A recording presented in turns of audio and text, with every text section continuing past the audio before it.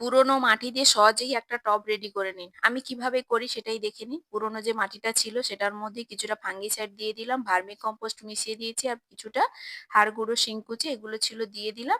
তার সঙ্গে অল্প পরিমাণ নিমখোল দিয়েছি।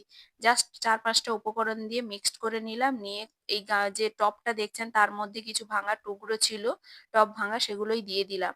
যেহেতু এর থেকে বালির মেশানোই রয়েছে সেইজন্য আর বালি দিলাম না।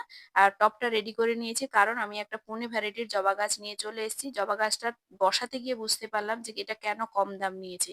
কারণ হচ্ছে এটা একদম জাস্ট বালির মধ্যেই রেখে দিয়েছিল ডালটা, সেখান থেকে কিছু শিকড় বেরিয়েছে, চাইনিয়েই দিয়ে দিয়েছে। আর সেই জন্যই গাছটাতে এত কম দাম নিয়েছে। আর আমি ভাবছিলাম যে কোনো নেট পট আছে কিনা দেখে নিলাম। তবে এই গাছটাতে কোনো নেট পট ছিল না। কিন্তু একদমই বালির মধ্যে ছিল বলে বেশি পরিমাণ রুট বাউন্ড হয়নি। জাস্ট একদম ছোট্ট গাছ।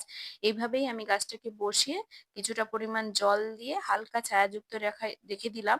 যদি আপনাদের কাছে হিউমিক অ্যাসিড থাকে দিয়ে দিতে পারেন। তবে আমার কাছে আজকের ছিল না। সেইজন্যই দিতে পারলাম না। তবে ২-১ দিন পরে আমি চেষ্টা করব দিয়ে দেওয়ার। এভাবেই গাছটাকে রেডি করলাম।